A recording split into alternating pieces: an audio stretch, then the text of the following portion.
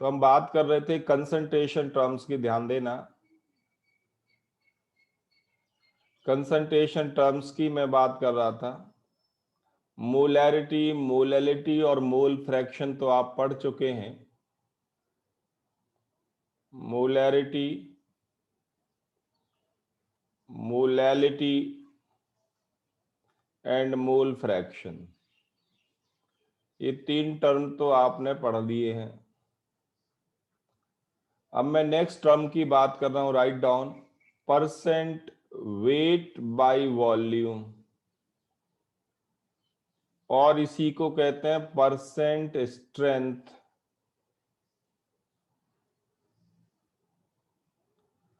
Percent strength भी इसी को कहते हैं।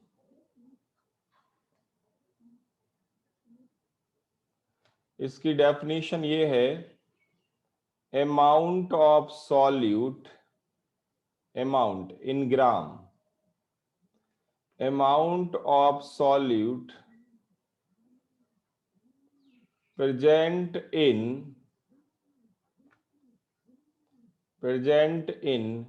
100 milliliter solution। 100 मिलीलीटर सॉल्यूशन में जो अमाउंट प्रेजेंट है सॉल्यूट की, उसको कहते हैं percent strength of the solution और परसेंट वेट बाय वॉल्यूम। इसका फॉर्मूला आप लिख सकते हैं simple, amount of solute, amount of solute divided by volume of solution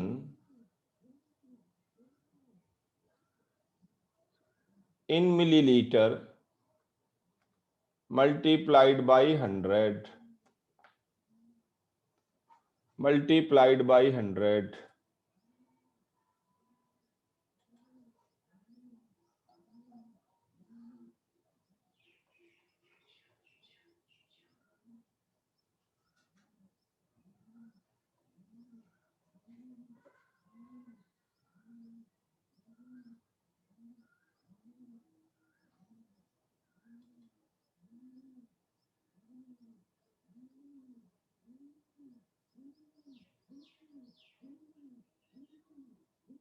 तो ये इसका फॉर्मूला हो जाएगा percent strength of the solution. बहुत ही आसान क्वेश्चंस होते हैं।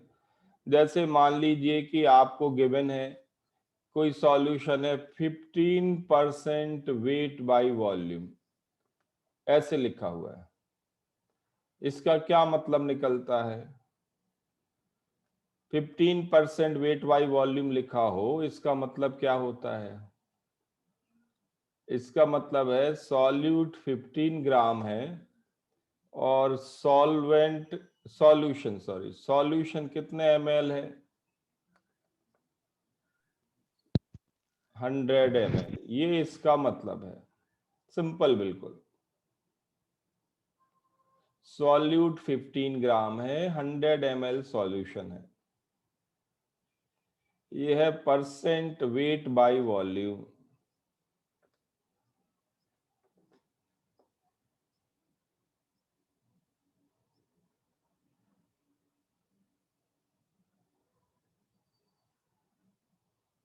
तो देखो इस पे प्रॉब्लम क्या आती है अक्सर, इस पे प्रॉब्लम ये आती है, लिखो,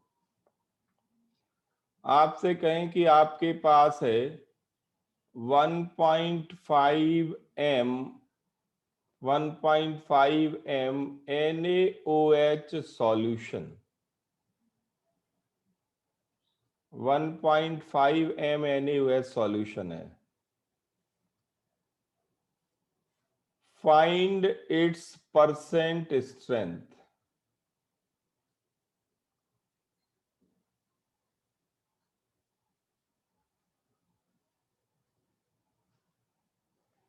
फाइंड इट्स परसेंट स्ट्रेंथ।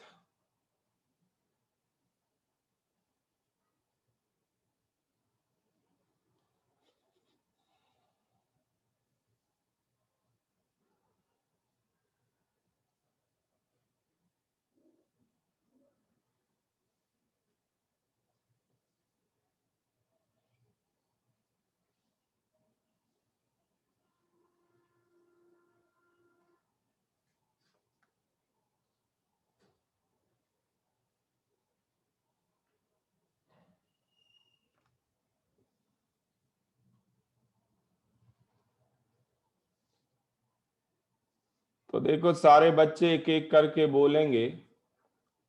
अगर मैं मान लूं सॉल्यूशन का वॉल्यूम तो दिया नहीं, let volume of solution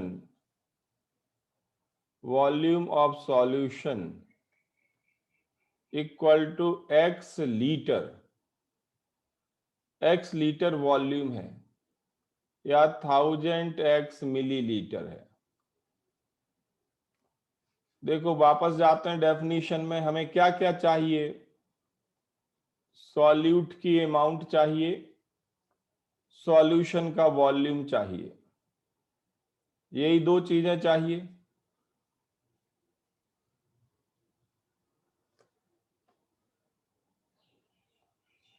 volume तो कुछ दिया नहीं, केवल मोलैरिटी दी गई है, मोलैरिटी दी गई है। परसेंट स्ट्रेंथ निकालनी है, इसका मतलब है कि वॉल्यूम की इसमें जरूरत है ही नहीं। क्यों नहीं है अभी पता लग जाएगा। मान लिया हमने volume of the solution x litre है, बताओ मोल्स ऑफ NaOH कितने होंगे? जल्दी जल्दी बोलते जाओ। मोल्स ऑफ NaOH कैसे निकालेंगे? फास्ट करो। 1.5x। तो मोल्स इक्वल टू आपको मालूम है molarity into volume. Volume litre में लेते हैं, मोलैरिटी है 1.5, वॉल्यूम है x लीटर, ये मोल्स आ गए। What about mass of NaOH?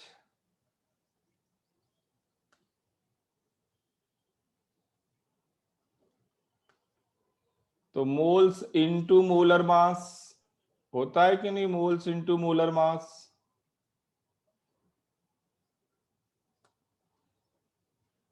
तो मोल्स हैं 1.5x, मोलर मास NaOH का कितना? 23 सोडियम का एटॉमिक मास होता है, 23 + 16 + 1 40। तो ये आ गया NaOH का मास ग्राम में।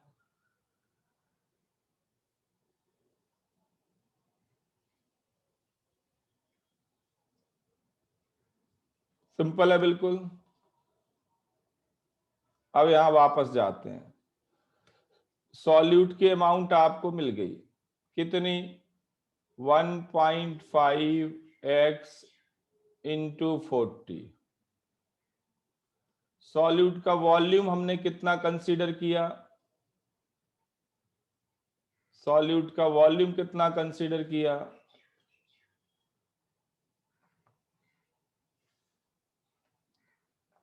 x लीटर है, पर वॉल्यूम तो हमें किस में चाहिए?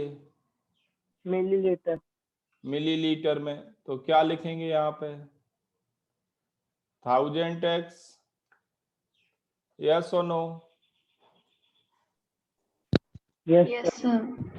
Yes sir. इंटू 100।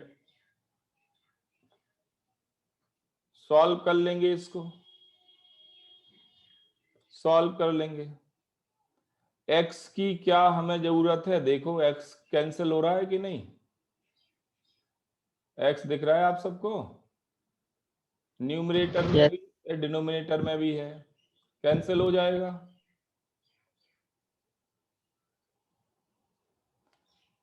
तो ये 0 0 कैंसिल हो गए तीनों, ये आ गया 6.0। Yes sir. कितने percent?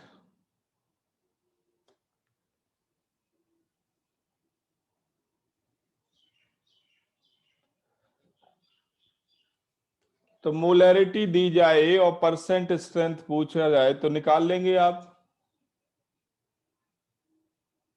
Yes sir. Yes sir. किसी को भी अगर प्रॉब्लम हो स्टेप्स में तो बताओ मुझे।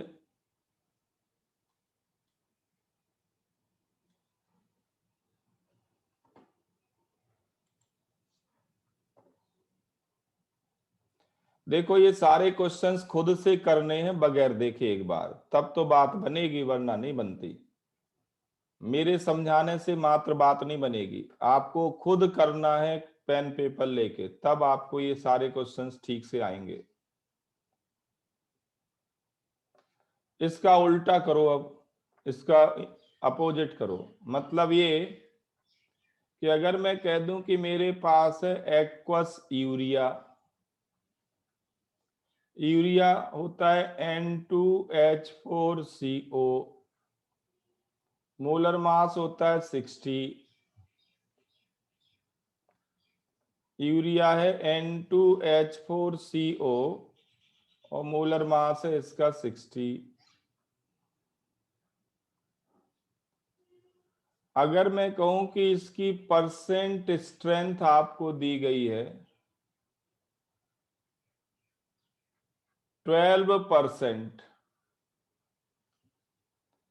Find molarity of solution, find molarity of solution.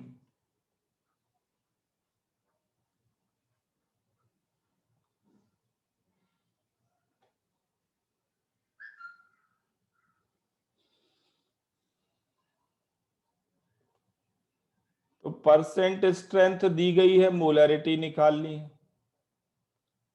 पिछले केस में मैंने मोलैरिटी दी थी, परसेंट स्ट्रेंथ निकाली।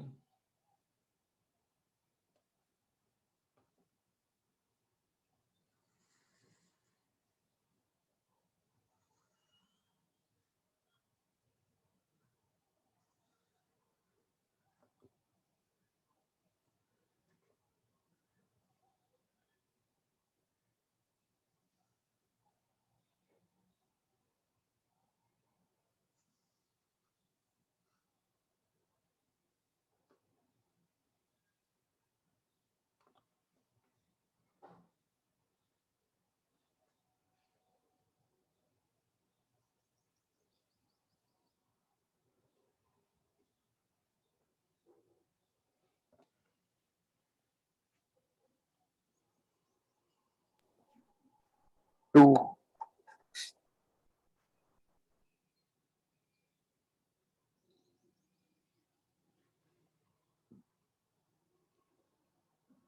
देखो कई बच्चों ने कर लिया है, बहुत बढ़िया। सबसे पहले सोचिए, what do we mean by 12%? 12% weight by volume का क्या मतलब है?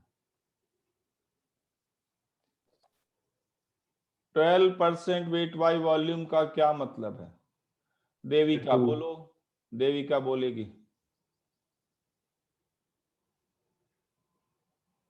12% वेट बाई वॉल्यूम का क्या मतलब है बेटा? देविका।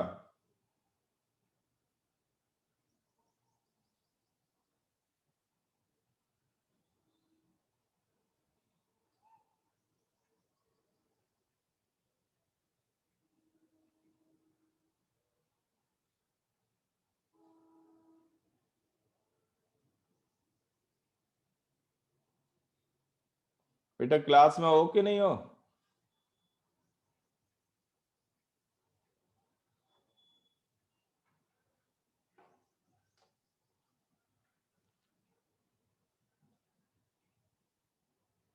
हाँ सर, लगभग बच्चे ठीक बता रहे हैं। 12% वेट बाई वॉल्यूम का मतलब है टू। सॉल्यूट आपके पास है, सॉल्यूट मतलब यूरिया 12 ग्राम, और सॉल्यूशन कितना है आपके पास? 100 millilitre. This is the meaning of 12% weight by volume. Sir 120 ग्राम भी तो ले सकते हैं 1000 मिलीलीटर में। एक ही बात है, उसमें क्या दिक्कत है? आप निकालो moles of solute, moles of urea, solute है urea. So moles equal to क्या होता है? Given mass divided by molar mass of urea. Solute के लिए है ये फॉर्मूला। मास गिवन है 12 ग्राम, मोलर मास है 60, तो यूरिया के मोल्स आ गए 1/5, ये आ गए मोल्स। और मोलरिटी की डेफिनेशन से आपको पता है कि मोलरिटी इक्वल टू क्या होता है,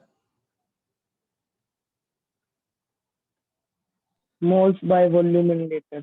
तो मोल्स हो गए 0.2, सॉल्व कर लो 0.2, volume in litre, in litres, तो मिलीलीटर में गिवन है, लीटर में वॉल्यूम चाहिए, तो 1000 से डिवाइड कर लो, 0.1 लीटर हो जाएगा। 0.1. तो मोलरिटी आ गई 2 मोल पर लीटर, या इसको लिख सकते हैं आप 2 capital M।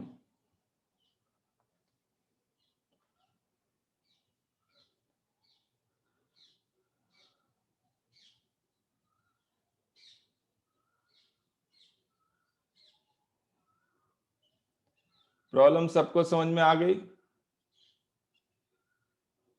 Yes, sir. Yes, sir. Yes, sir.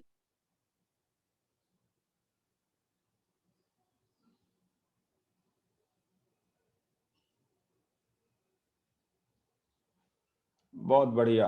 अब मैं इसका एक अगला स्टेप ले रहा हूं। देखो धीरे धीरे होता है, इसलिए मैंने बिल्कुल सिंपल केस आपको दिया अभी। अब मैं इसका नेक्स्ट स्टेप ले रहा हूं। ये लिख लिया सबने? थोड़ा फास्ट करो, ऑनलाइन में वैसे ही बहुत स्लो होता है।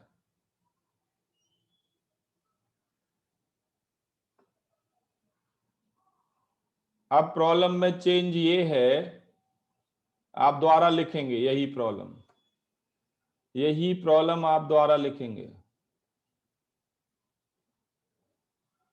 प्रॉब्लम में चेंज ये है कि आपके पास एक सॉल्यूशन है जिसकी डेंसिटी ऑफ सॉल्यूशन आपको दे दी गई है।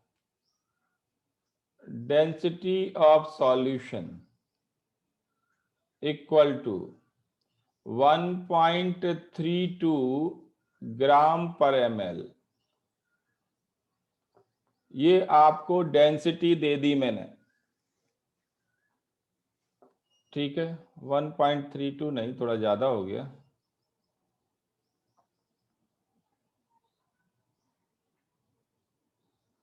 चलो 1.32 से करो, कोई दिक्कत नहीं।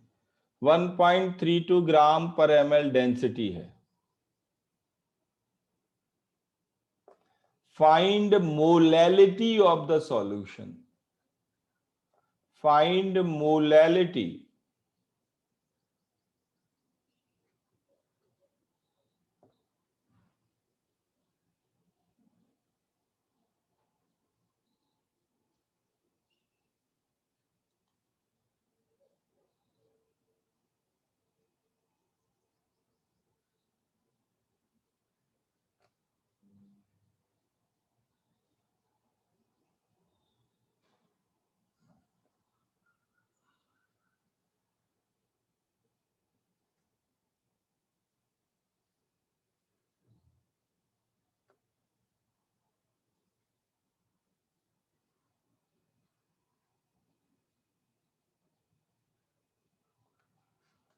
मोलैलिटी निकालनी है आपको।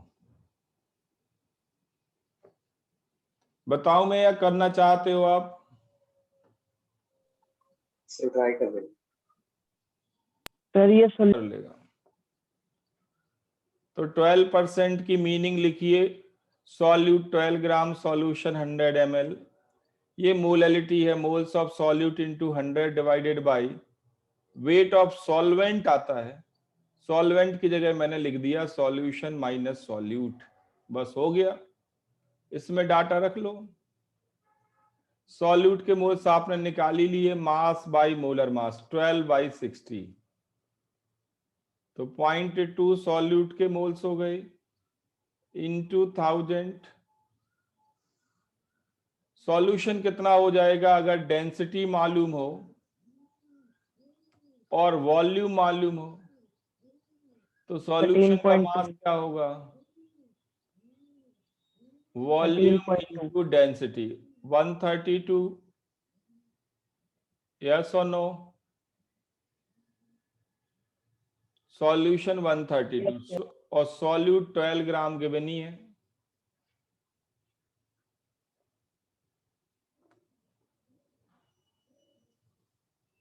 ट्वेल्व ग्राम गिवन है तो ये हो गया 0.2 इंटू 1000 डिवाइडेड बाई 120।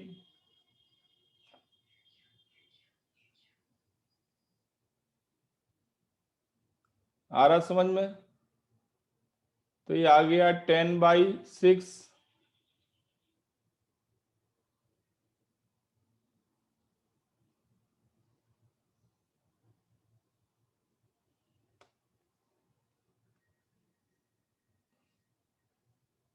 वन 1.67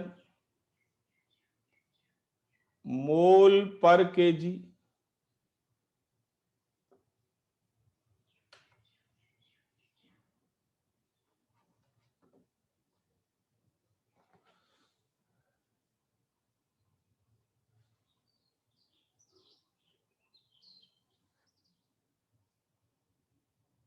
अब किसी ने 1/6 निकाला, किसी ने 100/66 निकाला, किसी ने 1.5 निकाल दिया,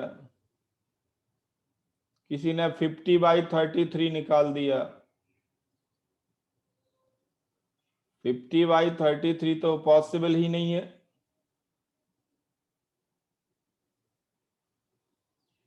सर मोलैलिटी को स्मॉल m से भी दिखा सकते हैं। बिल्कुल दिखा सो। शांत बेटा, कुछ चीजें अपने आप भी सोचना शुरू करो, हर चीज को पूछा मत करो। एक बार बोल दिया तो उसको दिमाग में बिठा लिया करो, बार बार पूछने से फिर सिलेबस नहीं बढ़ता। एक बार आपको बता दिया मैंने कि क्वेश्चन वही है और बस डेंसिटी मैंने ऐड कर दी, फिर आपने तुरंत पूछा सर यूरिया ही सॉल्यूशन है, तो ये पूछना जरूरी था जब मैंने कह दिया क्वेश्चन वही है। इससे बेटा आपकी क्रेडिबिलिटी कम होती है। जो क्वेश्चन है वो पूछो, आप समझ में नहीं आया, जो चीज फिक्स्ड है उसको क्यों बार बार पूछना। इसको 1.67 स्मॉल m भी लिख सकते हैं, ये आपको मैंने जब डेफिनेशन पढ़ा रहा था तब बता दिया था, अब बार बार क्यों पूछना इसको।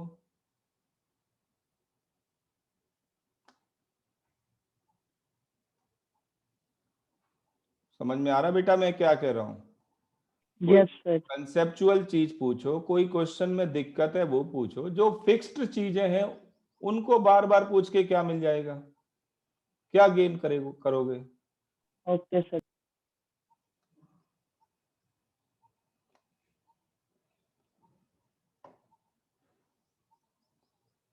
समझ में आ गया सबको? Yes sir. अब देखो मैंने पिछली बार भी मोलैलिटी की डेफिनेशन में जो बात कही थी मैं वही यहाँ पे भी बोल रहा हूं। जिन बच्चों के भी आंसर गलत हुए होंगे उन्होंने यहाँ पे सॉल्यूशन माइनस सॉल्यूट नहीं किया होगा। जिनके भी आंसर गलत हुए होंगे उन्होंने सॉल्यूशन माइनस सॉल्यूट नहीं किया। Sir relation between molarity and molarity से करता है इसको। अब हमें भाई वो रिलेशन की जरूरत क्या है यहाँ पे, मोलैरिटी और molarity. We don't know molarity, where is molarity in this problem, where is molarity in this problem. आपको एक्वस यूरिया गिवन है, परसेंट स्ट्रेंथ गिवन है, डेंसिटी गिवन है, मोलैरिटी तो नहीं दी गई।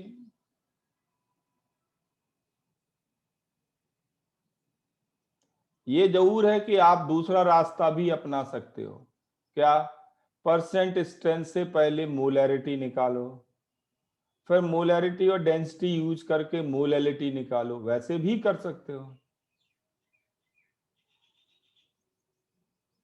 वो तो पिछली क्लास में मैंने बताया नहीं कि मोलैरिटी दी जाए, डेंसिटी दी जाए तो मोलैलिटी कैसे निकालते हैं, हमने एक प्रॉब्लम की थी। तो वो दूसरा मेथड है, वो भी कर सकते हो। बट जब कोई चीज डायरेक्ट निकाल सकते हैं, सीधे मोलैरिटी हम निकाल सकते हैं। तो क्या जरूरत है मोलैरिटी निकालने की अगर पूछा नहीं है तो?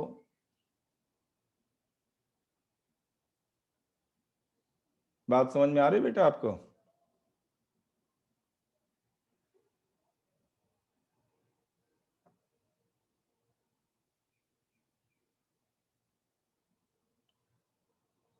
ठीक है, जैसे यहां से कुरुक्षेत्र से आपको दिल्ली जाना है तो सीधे हाईवे पकड़ो, जीटी रोड। क्या जरूरी है कि पहले हरिद्वार जाओ फिर वहां से दिल्ली आओ?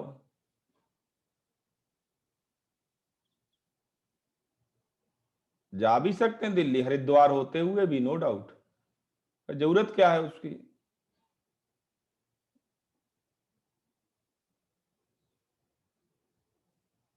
चलो ठीक है, बहुत बढ़िया। नेक्स्ट टर्म लिखो, next term percent weight by wait, percent weight by wait, या इसको कहते हैं percent by mass.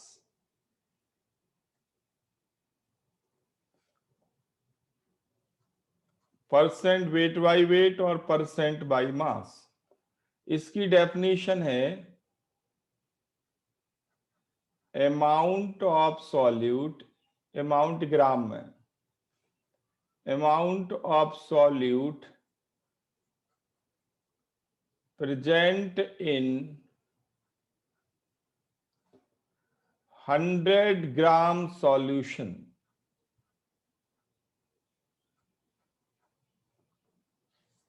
Amount of solute present in 100 gram solution.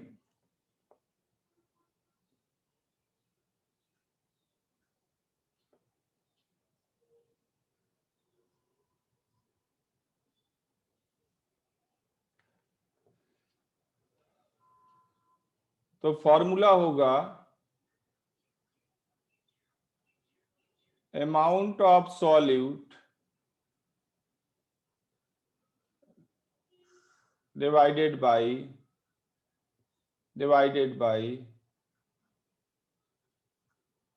mass of solution into 100.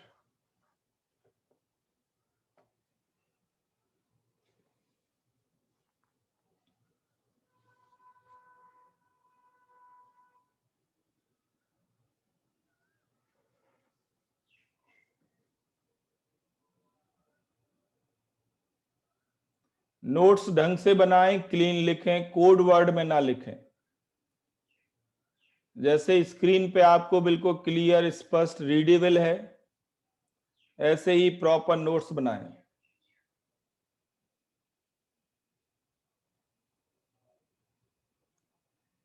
तो amount of solute divided by mass of solution into 100।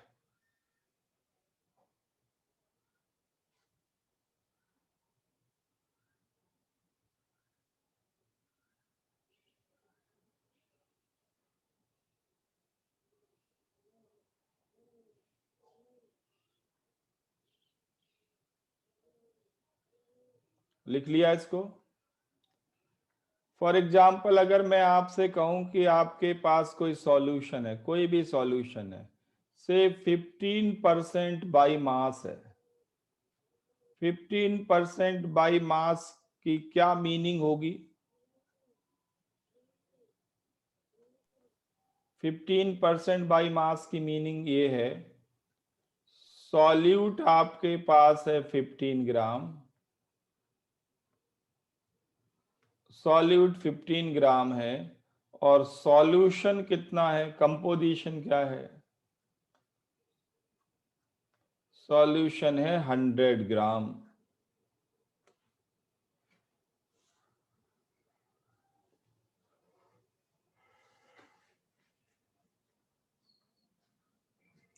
ये है 15% by mass की meaning.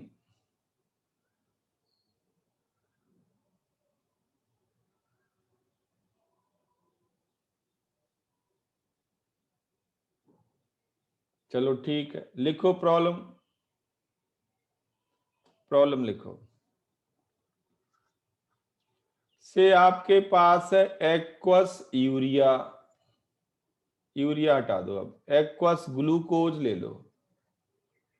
आपके पास aqueous glucose है and it is 10% by mass, 10% by mass. Glucose का molar mass आपको given है 180। Molar mass की प्रॉब्लम नहीं है, मोलर मास 180 है, दे दिया आपको। तो 10% बाई मास ग्लूकोज आपके पास है।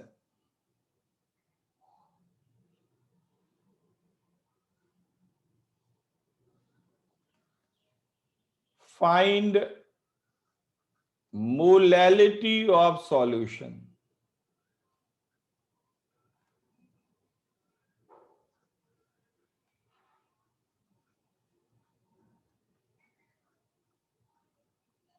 Find molality of solution.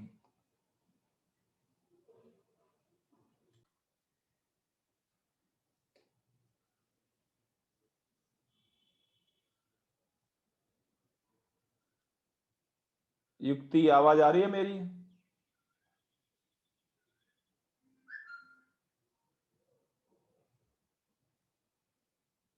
अच्छा, माइक की प्रॉब्लम है। चलो देखो आगे करते हैं।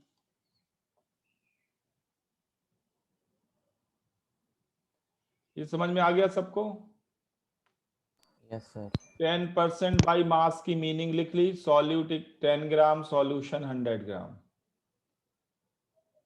10 ग्राम सॉल्यूट में मोल्स निकाल लिए, mass by molar mass. Molar mass है ग्लूकोज का 180, तो 10 बाई 180 कर लिया, ग्लूकोज के मोल्स आ गए ना। मोलरिटी का फॉर्मूला होता है moles of solute into 1000 by mass of solvent, और मास ऑफ सॉल्वेंट की जगह हमने लिख लिया solution minus solute. Formula value रख दी। सॉल्यूशन 100 ग्राम आपके पास है, सॉल्यूट 10 ग्राम आपके पास है, सॉल्व कर लो। तो 50/81 और 0.6 मोल पर केजी। अब इस प्रॉब्लम में मैं थोड़ा सा चेंज कर रहा हूं, इस प्रॉब्लम में थोड़ा सा चेंज कर रहा हूं मैं।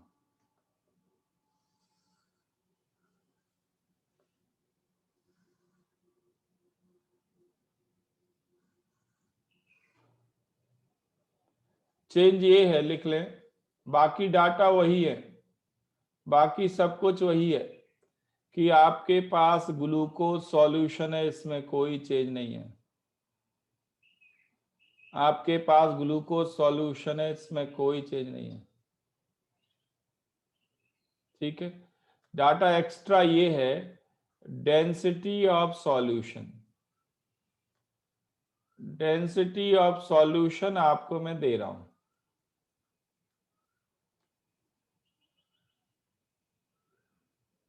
ठीक है, डेंसिटी ऑफ सॉल्यूशन है से 1.5 ग्राम per ml।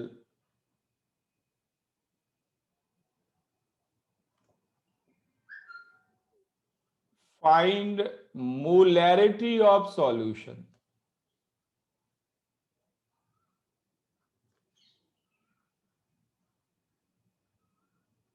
Find molarity of solution.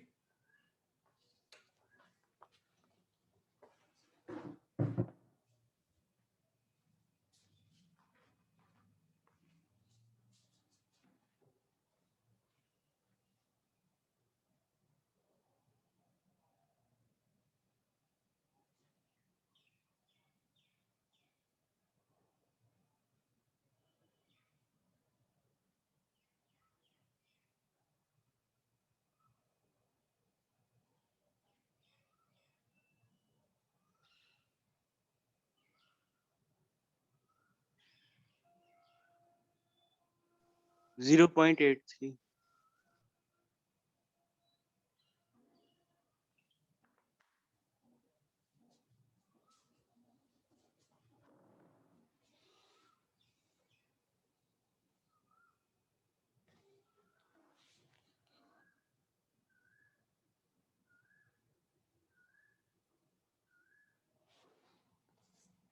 अब आपको मोलैरिटी निकालनी है, ध्यान देना।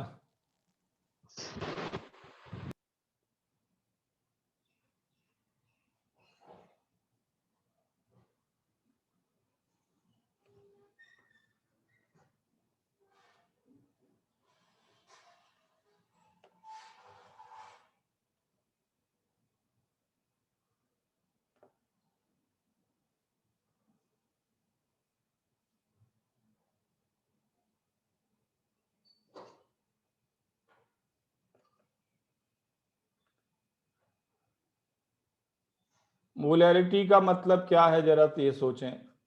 आपको कौन कौन से डाटा चाहिए? What is the meaning of molarity?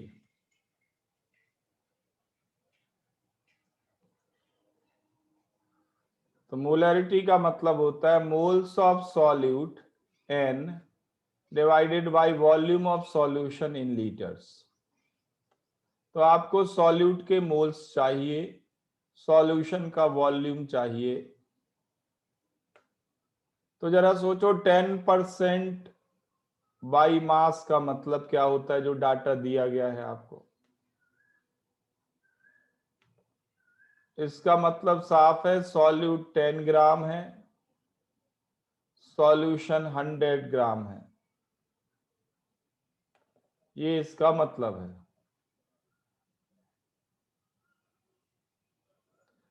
तो सॉल्यूशन का मास आपको दिया है 100 ग्राम, सॉल्यूशन की डेंसिटी आपको दी है 1.5 ग्राम।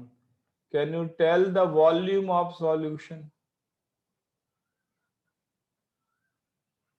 वॉल्यूम ऑफ सॉल्यूशन, तो वॉल्यूम ऑफ सॉल्यूशन हो जाएगा mass of solution 100 gram divided by density of solution.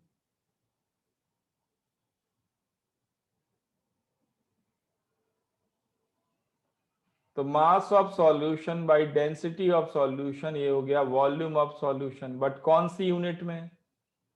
Millilitre में। सर 50/6। डेंसिटी कौन सी यूनिट में है? मिलीलीटर में। ग्राम पर ml में डेंसिटी है, तो इतने मिलीलीटर वॉल्यूम आ गया। अब इसमें 1000 से डिवाइड कर दो तो लीटर बन जाएगा, 1000 से डिवाइड कर दो तो लीटर बन गया। तो 0 0 कैंसिल हो गया, ये आ गया 1/15 लीटर्स। यस और नो? Yes sir. तो मोल्स आपको मालूम है कितने मोल्स हैं? 10/180। वॉल्यूम है 1/15।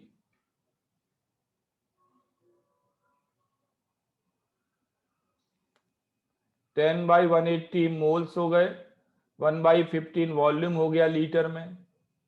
तो मोलैरिटी कितनी हो गई?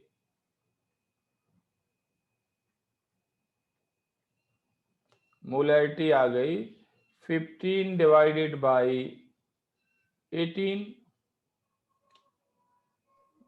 मोल पर लीटर, या 5/6 मोल पर लीटर। और डेसिमल में निकालना है तो 0.83 आ जाएगा।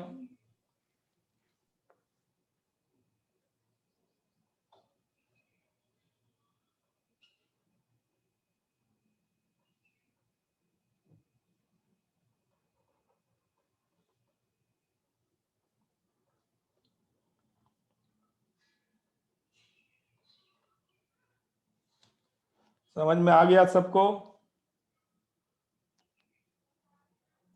Yes sir. Yes, sir. Yes, sir.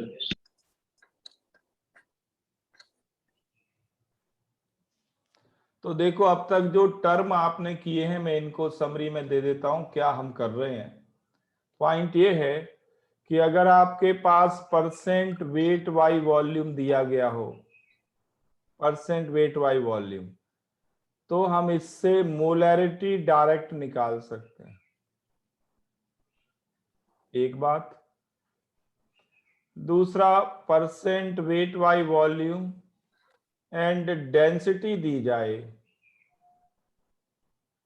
तो मोलैरिटी के लिए तो अकेला वेट बाई वॉल्यूम काफी था, साथ में डेंसिटी दे दी, तो क्या निकाल सकते हैं आप? मोलैरिटी निकाल सकते हैं।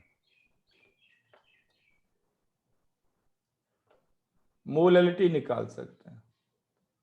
तीसरा पॉइंट ये है कि अगर आपको परसेंट वेट बाई वेट दे दें या परसेंट बाई मास, तो इससे मोलैलिटी डायरेक्ट आ जाएगी, एक ही डाटा से मोलैलिटी आ जाएगी। But percent weight by weight और डेंसिटी दी जाए,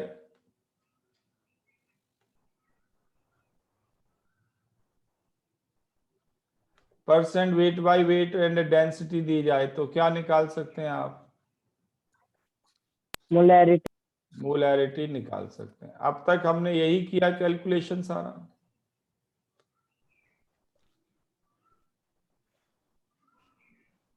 आई थिंक सबको समझ में आ गया होगा। ये चारों केस समझ में आ गए सबको? Yes sir. Yes, sir. आप देखोगे कंपटीशंस में भी फ्रीक्वेंटली क्वेश्चंस आते हैं इन पे।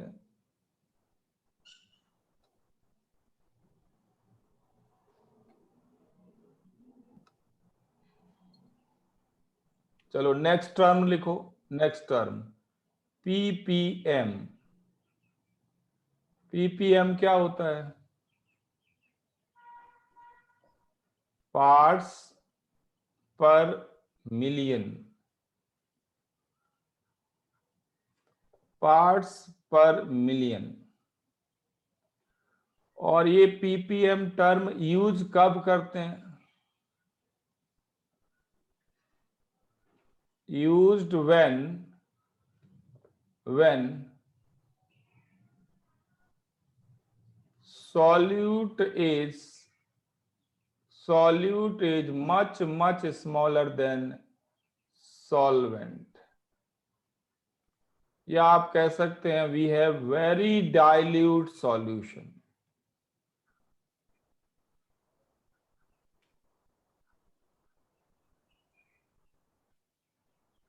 very dilute solution।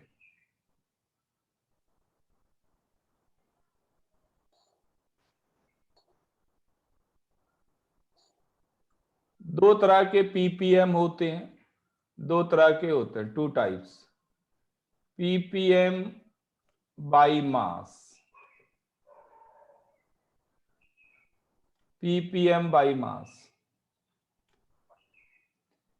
ये पीपीएम बाई मास कहां यूज होता है? तो to tell the concentration of toxic substances, concentration of toxic substances मतलब जिनकी अमाउंट बहुत कम हो गिवन सॉल्यूशन में। अब कम क्यों डालते हैं? क्योंकि वो टॉक्सिक होते हैं।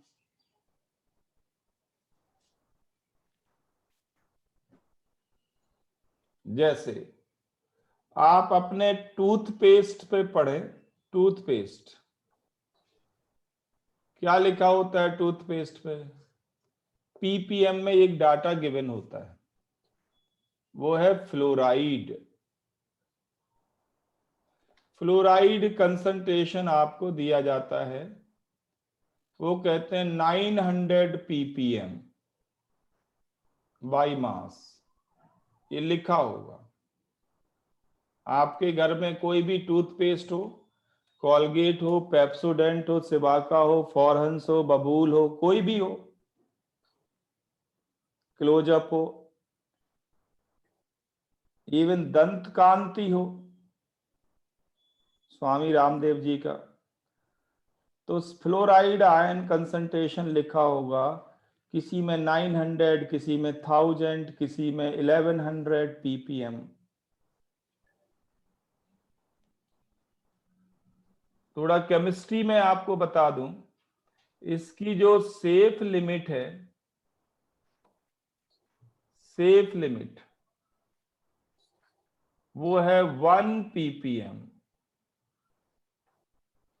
मतलब हमारी बॉडी 1 पीपीएम कंसंट्रेशन का फ्लोराइड आसानी से झेल सकती है।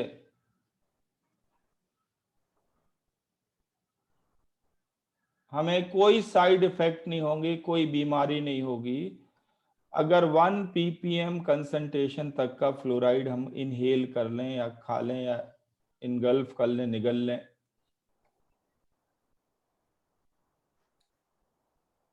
बट टूथपेस्ट में 900 ppm डाला जाता है।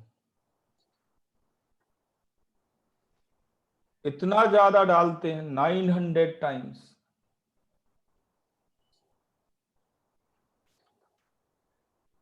नाइन 900 टाइम्स ज्यादा डालते हैं।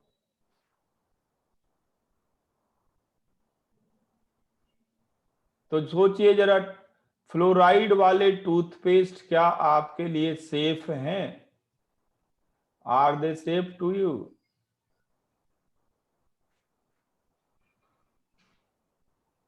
नाइन 900 ppm कंसंट्रेशन का हो,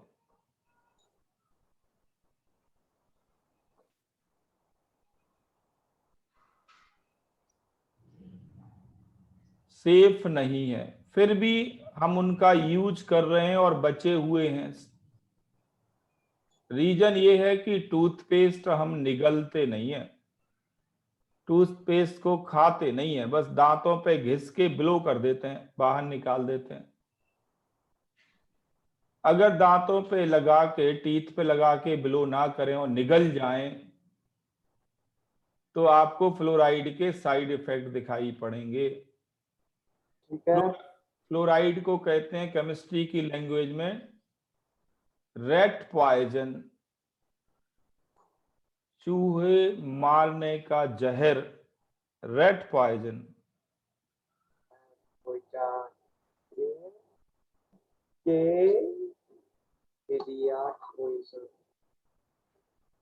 तो ये चूहे मारने का जहर है।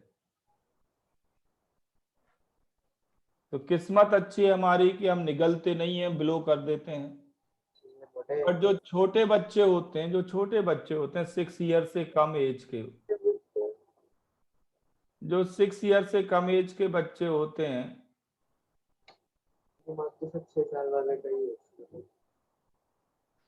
साकेत आपने अनम्यूट करो, अनम्यूट कर रखा है, म्यूट करो साकेत।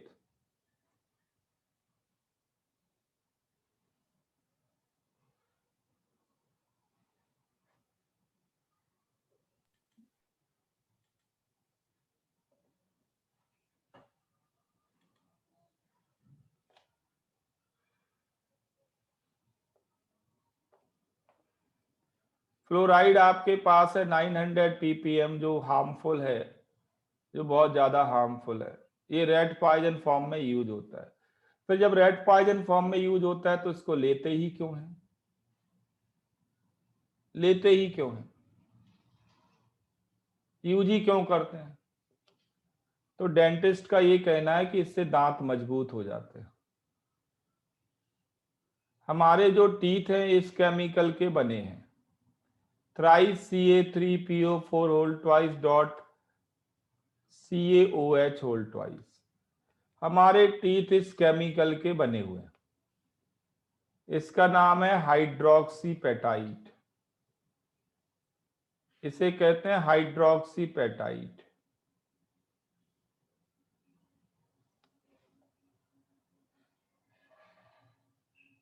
हमारे टीथ इसके बने हुए हैं, हाइड्रोक्सीपेटाइट के। अगर फ्लोराइड आयन आ जाए तो क्या होगा? ये हाइड्रोक्सीपेटाइट हार्ड सब्सटेंस होता है, हार्ड टीथ है बिल्कुल। अगर फ्लोराइड आयन आ जाए तो क्या होगा?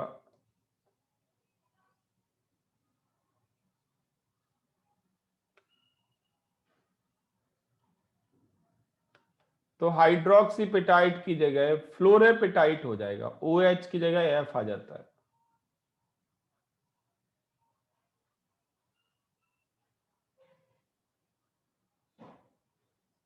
और फ्लोरेपेटाइट तो उससे भी ज्यादा हार्ड होता है। तो ये कहते हैं कि दांत मजबूत हो जाएंगे, स्ट्रांग हो जाएंगे, इसलिए फ्लोराइड टूथपेस्ट में डाला जाता है। अब मैं आपको थोड़ी जानकारी दे दूं, ये जो मैं पॉइंट आपको बता रहा हूं, आप कहोगे मोल कंसेप्ट में ये टीथ के बारे में क्यों बताने लगा मैं? तो ये प्रॉब्लम जेई मेंस में आई हुई है, हर जगह आई हुई है, पुराने पेपर में देख लेना। ये जो मैं इंफॉर्मेशन आपको देता हूं, एक चैप्टर है केमिस्ट्री में, आखिरी में आएगा, ऑर्गेनिक केमिस्ट्री के बिल्कुल लास्ट में आएगा चैप्टर, वो है chemistry in everyday life. Chemistry in everyday life एक चैप्टर है पूरा। अब मैं ये जो चैप्टर है chemistry in everyday life separately नहीं पढ़ाता हूं आपको। पूरी केमिस्ट्री में जगह जगह जो मैं आपको एक्स्ट्रा इंफॉर्मेशन दूंगा डेली लाइफ से रिलेटेड, समझ लेना कि आपका एक चैप्टर कवर हो रहा है इससे। केमिस्ट्री इन एवरीडे लाइफ नाम का एक चैप्टर है, वो कवर हो रहा है। इसी तरह से मैं इन्वायरमेंट से रिलेटेड जो बातें करूंगा, पॉल्यूशन से रिलेटेड जो बातें करूंगा, तो 11th के लास्ट में एक चैप्टर आएगा इन्वायरमेंटल केमिस्ट्री। तो जो भी मैं ये एक्स्ट्रा इंफॉर्मेशन दूंगा about chemicals at different points, उन इंफॉर्मेशन से आप ये 2 चैप्टर कवर करते हैं। एक केमिस्ट्री इन एवरीडे लाइफ जो हमारे डेली लाइफ से जुड़ी हुई होगी, और दूसरा जो इन्वायरमेंट से जुड़ा होगा। ये चैप्टर्स हैं आपके सिलेबस में पूरे।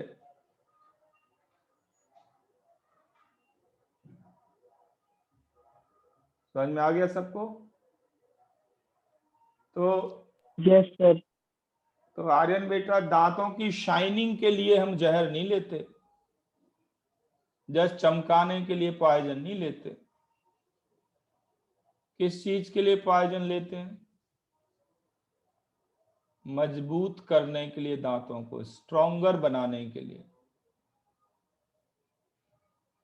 स्ट्रॉन्गर बनता है जब वो फ्लोरेपेटाइट में कन्वर्ट हो जाता है। पॉइंट ये है। तो what do we mean by 900 ppm? अगर है आपके टूथपेस्ट पे लिखा है, घर में टूथपेस्ट हो तो देख लेना।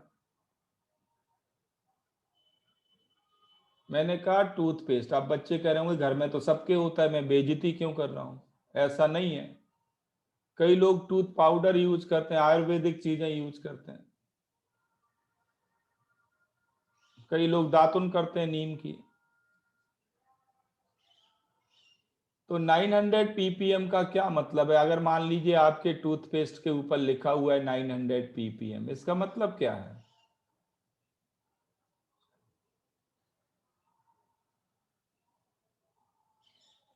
नाइन 900 ppm जो आपके टूथपेस्ट पर लिखा होगा, इसका मतलब ये है कि फ्लोराइड आपके पास है 900 ग्राम। कितने टूथपेस्ट में? पूरा सॉल्यूशन हो गया टूथपेस्ट। कितने टूथपेस्ट में? तो पार्ट्स पर मिलियन, मिलियन मतलब 10 की पावर 6। तो 10 की पावर 6 ग्राम में 900 ग्राम फ्लोराइड है। 10 की पावर 6 ग्राम समझते हैं आप? 10 की पावर 3 किलोग्राम मतलब 1000 किलोग्राम।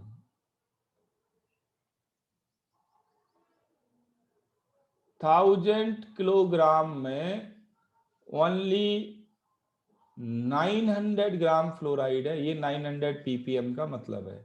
तब भी ये आपकी सेफ लिमिट से 900 टाइम्स ज्यादा है।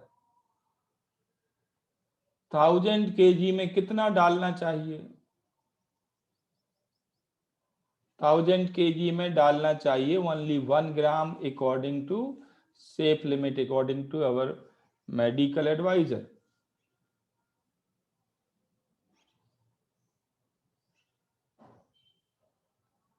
पर 1000 kg डालते हैं। क्यों डालते हैं? तो एक और एक्स्ट्रा इंफॉर्मेशन लिख लो। ये आपके इन्वायरमेंटल केमिस्ट्री से रिलेटेड है। इन्वायरमेंटल केमिस्ट्री से रिलेटेड वो ये है कि एल्यूमिनियम की मेटलर्जी में, जब हम एल्यूमिनियम की मेटलर्जी करते हैं ना, तो एल्यूमिनियम की मेटलर्जी में इन केमिकल से एल्यूमिनियम एक्सट्रैक्ट करते हैं। एल्यूमिनियम की मेटलर्जी में फ्लोराइड बाई प्रोडक्ट होता है। In the metallurgy of aluminium fluoride by product होता है। और जो हमारे लॉज हैं, कानून हैं, पूरी दुनिया में जो कानून है वो ये है कि फ्लोराइड को सीधे आप डंप नहीं कर सकते, कहीं भी रिवर में नहीं डाल सकते, सॉइल में नहीं डाल सकते। फ्लोराइड को आप सीधे डंप नहीं कर सकते। फ्लोराइड को तो आपको केमिकली यूज करना होगा, क्योंकि फ्लोराइड है रेड पॉइजन। आपको मालूम होगा, कई बच्चों को आप में से जो पंजाब से संबंधित हैं, पंजाब से एक ट्रेन चलती है जिसका नाम है कैंसर ट्रेन, जयपुर के लिए। पता है किसी को?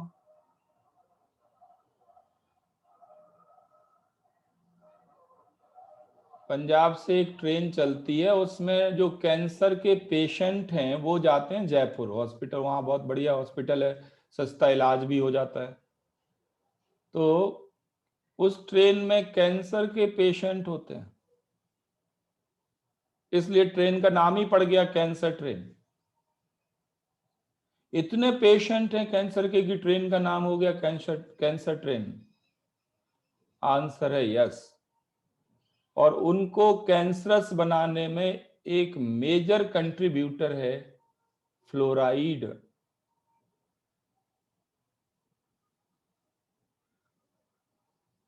और भी हैं, बट फ्लोराइड भी है साथ में। प्रॉब्लम क्या हुई है, पंजाब के कुछ रीजन्स में अंडरग्राउंड वाटर एक्सट्रैक्ट करते करते डेप्थ इतनी ज्यादा हो गई है, वाटर का जो ट्यूबवेल लगा के बाहर निकालते हैं पंप से, वो इतनी ज्यादा डेप्थ से वाटर निकाल रहे हैं कि वाटर में फ्लोराइड बहुत ज्यादा है। जितनी ज्यादा डेप्थ से वाटर निकालेंगे फ्लोराइड उतना ही ज्यादा आएगा।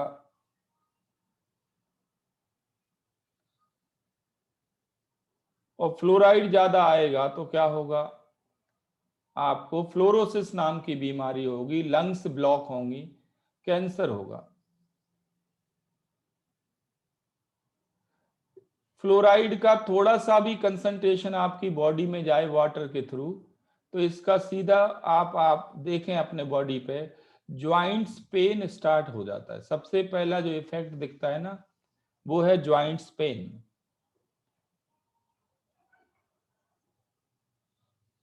बॉडी में अगर ये गया तो फ्लोराइड क्या करता है, कैल्शियम को प्रेसिपिटेट करता है। बोन्स में जो प्रेजेंट है ना कैल्शियम, उसको प्रेसिपिटेट कर देता है। और ये पीपीटी ज्वाइंट्स के बीच में डिपॉजिट हो जाता है।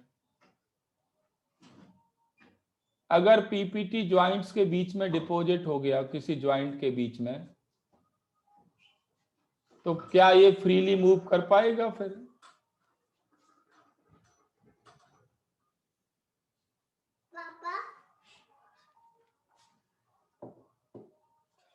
तो अगर फ्लोराइड आपकी बॉडी में थोड़ा भी ज्यादा अमाउंट में जाता है तो आपको ये दिखाई पड़ेगा कि ज्वाइंट्स पेन स्टार्ट हो गए।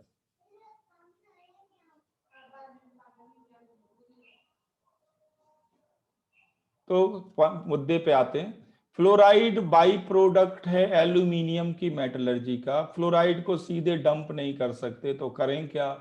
तो जो एल्यूमिनियम कंट्री जो कंपनी है, इंटरनेशनल कंपनी हो, नेशनल कंपनी हो, इंडिया में है नेल्को,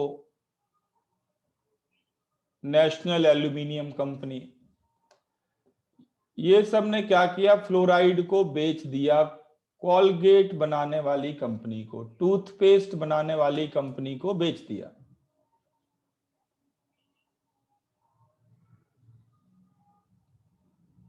उनसे कहा कि भाई टूथपेस्ट में डाल दो इसको, पब्लिक को कहो कि इससे दांत मजबूत हो जाते हैं, तो ठीक है।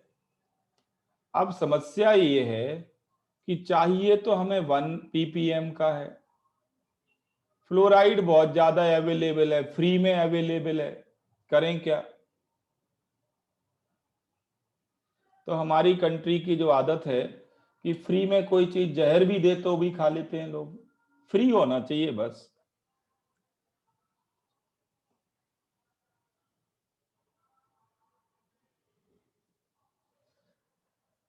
तो फ्लोराइड इस तरह से ज्यादा डाला जाने लगा टूथपेस्ट में, क्योंकि उसको ट्रीट करने का कोई तरीका ही नहीं था। तरीका तो है पर बहुत खर्चीला तरीका है, इन्वायरमेंट के लिए ये सेफ नहीं है। आप इन्वायरमेंटल केमिस्ट्री में पढ़ लेंगे, इन्वायरमेंट के लिए फ्लोराइड सेफ नहीं है। तो सीधे डंप नहीं कर सकते, सॉइल में नहीं मिला सकते, वाटर में नहीं डाल सकते, तो इन्वायरमेंट में डाल नहीं सकते, तो क्या करें, टूथपेस्ट में डाल दो, इंसानों के अंदर चला जाएगा। सोचो जरा क्या हो रहा है दुनिया में।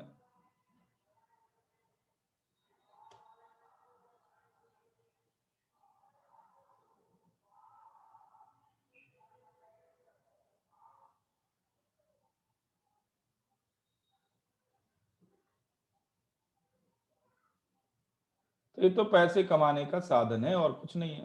चलो ये कहानी बहुत लंबी है, ये तो साइकिल टाइप का है, सब मिलजुल के काम कर रहे हैं पब्लिक को लूटने का, पब्लिक को बीमार करने का, बहुत बड़े स्तर पे ये हो रहा है।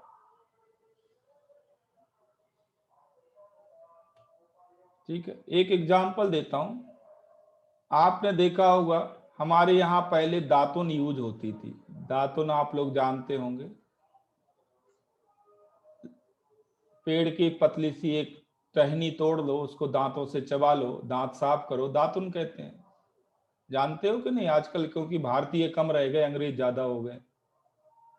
दातुन यूज करते थे तो अंग्रेज, और जो अंग्रेजी जानते हैं मल्टीनेशनल कंपनी, दातुन वालों को गालियां देती थी कि दातुन क्यों यूज कर रहे हैं, टूथब्रश यूज करो ना, टूथब्रश से अच्छे से दांत साफ होते हैं, टूथब्रश यूज करो। तो हम लोग अंग्रेजी के मारे, जो अंग्रेजी बोलते हैं वो सही लगता है, हमने दातुन छोड़ के टूथब्रश यूज करना शुरू कर दिया। अब आप देखो प्रेजेंट में टेलीविजन पे एक एडवर्टाइजमेंट आ रहा है, एक एक्टर है, बहुत बढ़िया एक्टर है, आयुष्मान खुराना, उसका एडवर्टाइजमेंट आता है। वो कहता है कि टूथब्रश क्या है, they are the taxi for bacteria. देखा advertisement? Yes, sir. Yes sir. अब टूथब्रश को गाली देने का टाइम शुरू हो गया। टूथब्रश को गालियां देते देते देते देते कहां पहुंचने वाले हैं, वापस कहां पहुंचने वाले हैं?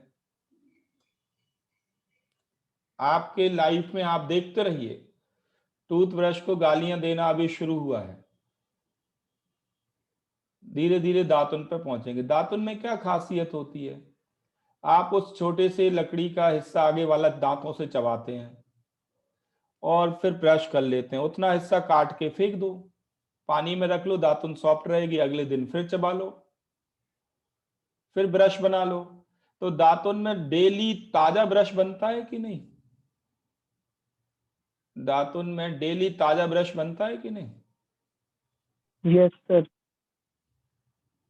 तो बैक्टीरिया जाने के चांस कहाँ हैं?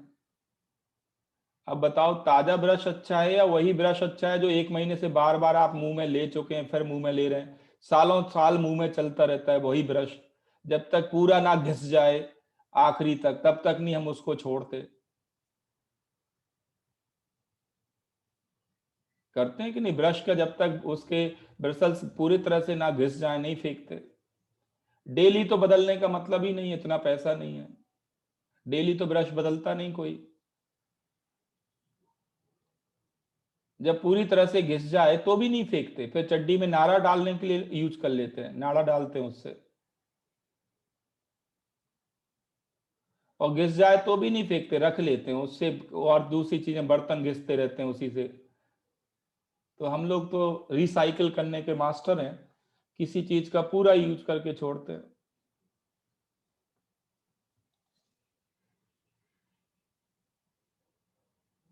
तो मैं बात कर रहा हूं, इस मुद्दे पे आते हैं, ये बहुत बड़ा साइकिल चल रहा है। ठीक है, तो चलो अभी 8 बज गए, इसी को यहाँ पे छोड़ते हैं, पीपीएम नेक्स्ट क्लास में थॉरोली कवर करेंगे।